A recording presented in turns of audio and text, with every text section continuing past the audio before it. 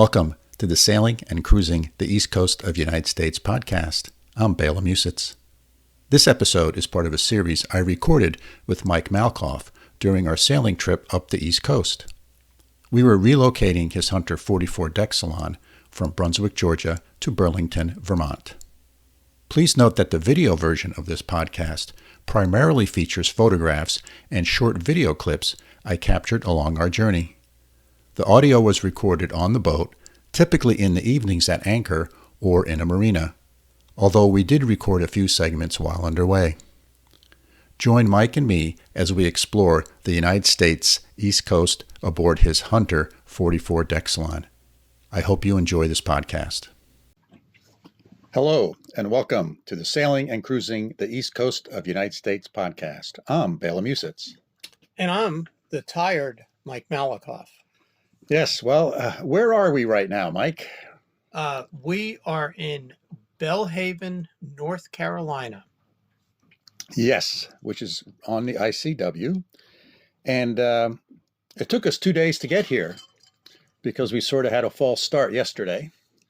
Yesterday morning, we got up and where we stayed in Oriental. So yesterday we were in Oriental and very protected little anchorage right in the heart of downtown Oriental, right by the Bean coffee shop, Right. Which was a hopping place. And sort of a hotel that surrounded where we were docked. So you were completely protected from wind. Yeah, really. I mean, one of the best protected anchor or docks I've ever been at. So we got up yesterday morning. We said, okay, let's go. We're on our way to Belhaven. And we got out of the harbor and we got out onto the main body of water. And what was going on, Mike? Well, it turns out that on the ICW, once we left Beaufort, I think we talked about this in the last episode, most of the ICW runs directly along the coast. But once you get to Beaufort, North Carolina, it then goes inland and sort of skips west of Cape Hatteras. But the only thing is there are some enormously large bodies of water that are inland that are not well protected at all. And we were on one of them called the Neuse River. And we left the marina on very calm conditions and we got out side of the breakfront wall that protects the marina and headed up the channel directly into 25 knot winds and waves that were coming up over the bow. So it was a quick, rude awakening to life on inland waters and how they're always calm and easy to navigate. The waves were tall, steep, and close together. That's how I would characterize them. And They were. We went for what, maybe 20 minutes or so? We probably went, I think we went closer to an hour. I think it's the Well, fact that it felt like an hour. maybe it felt like an hour. I think it was because we only went a quarter of a mile in a half an hour or an hour because we made very little progress. You know, it's amazing how when you're heading directly into big waves like that, how much it slows the boat down. It's like remarkable. Yes. Right? Because normally we're going 6 knots, 6.5 knots maybe. And we were doing maybe 2. 2 to 3 knots at best. Yeah. And the problem is you can accelerate the boat, but accelerating the boat into fairly steep waves that are close together, it just compounds the pounding that you take on yourself and the boat. Yes, it was a very slow slog, as I put it. So after somewhere between a half hour and an hour, we turned around and we headed back to Oriental, went back to our slip, and with our tail between our legs. And it was nice and calm getting into our slip. Yes, it was very calm. And but there was one benefit. Other people that were planning to leave that morning saw us come back, wondering why, and quickly found out that if a boat our size wasn't going to navigate those waters, that they were also going to wait. So we did save other people the same embarrassment of spending an hour and a half going out into rough waters. Yeah. So we spent the day in Oriental, and then we contemplated, okay, what are we going to do? Are we going to go to Belhaven because the weather for today looked maybe Iffy. okay, maybe not okay. You know, if the winds are 5 knots higher than they predict, well, that will be not okay because we have that big body of water to go across, and we actually have another big body of water to go across on the way to Belhaven. Or do we go back to Beaufort and so backtrack? And because the wind Right. there would be kind of going in the same direction we are, so it wouldn't be pounding into the waves. Well, I think we need to add the explanation of whether we go back. The fact of the matter is that the first leg of our trip, which we broke up into 2 legs, the first leg was to be completed where the original plan, I had two places that, depending on the progress, we'd either leave the boat in Beaufort at as Bela likes to put it, Homer Simpson's, or we were going to go all the way up to Norfolk and Hampton, Virginia, where we would leave the boat for a couple of weeks. The question was that our timing, we were running out of time to make it to Hampton, and the weather over the next several days is not promising at all. We were going to have to anchor out one night, and it looked like higher winds, thunderstorms, and lightning. That always makes for an interesting anchorage. And then the days after, it was just higher winds. So we had to make a decision as to were we going to try, even though we both needed to return home in a few days, that were we going to try and make it to Hampton or just find another place to leave the boat? And the decision was, if the winds were really bad again today, we would go with the winds and go back south to Homer Smith Marina in Beaufort, or we would try to make it to Belhaven. So we kind of left with the idea we'd try to go north, and if it was really bad again, we could turn around and head back to the other marina. But it was not totally unpleasant. It was rough at some times, but the winds were probably 5, 8, 10. Instead of in the mid to upper 20s, it was in the 18 range, pretty steady. And so the seas weren't quite as bad with the pounding. We were able to average about 5.5 knots in the waters, even though they weren't calm.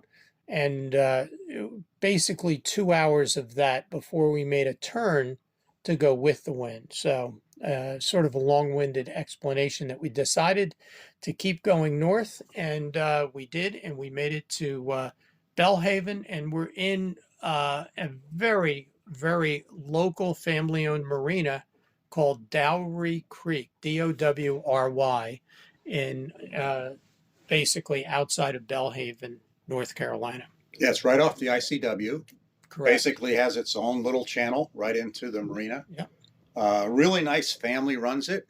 They have a swimming pool here. They have a little, office, and there's a little store there with all those things that you typically crave when you're on a boat, and ice cream, and you can't have. It's like ice cream. Yes, they have ice cream, and they have a few little supplies, odds and ends. So really nice bathrooms. And a restaurant here. And a lounge also. And a lounge area, yeah. Yep. And the prices are way more than reasonable.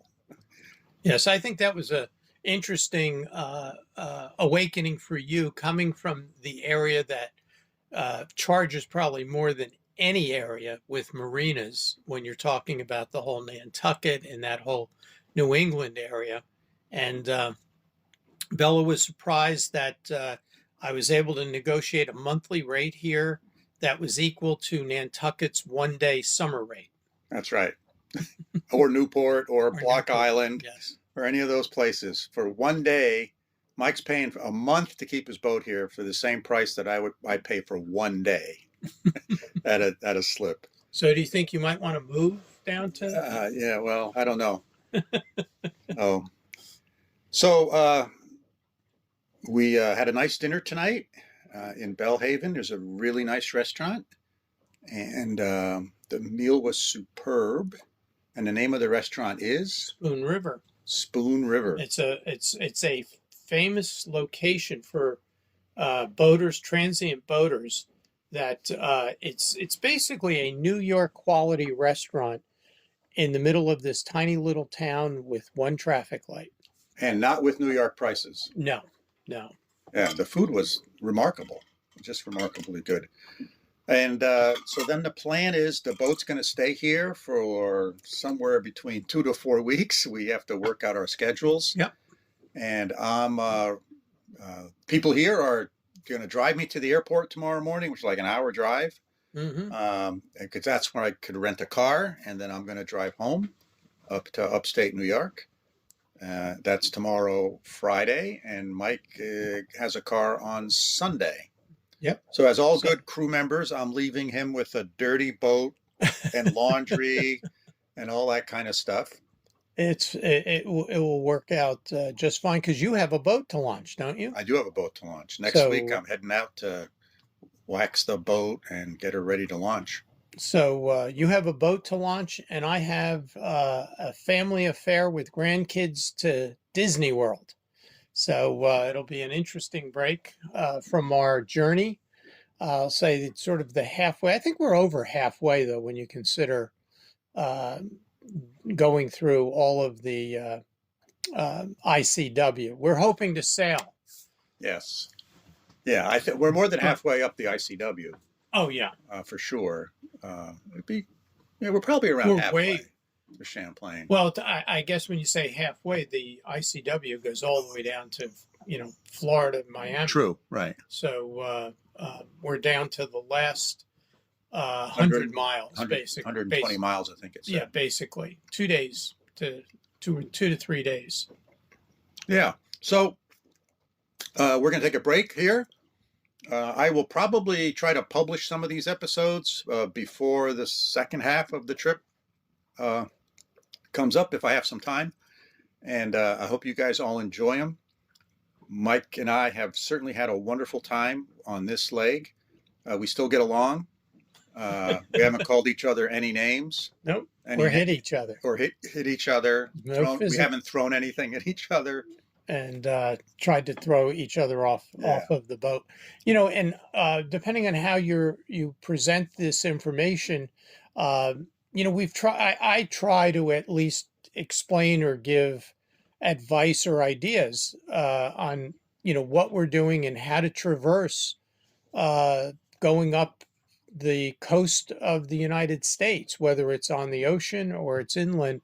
And I don't know if people are able to ask questions of you, Bela, or send you questions. But, if anybody does have questions about this type of, I won't even say sailing, but cruising, I'm more than happy to answer them because it does take a lot of preparation and work to do this and gaining the experience of doing it safely.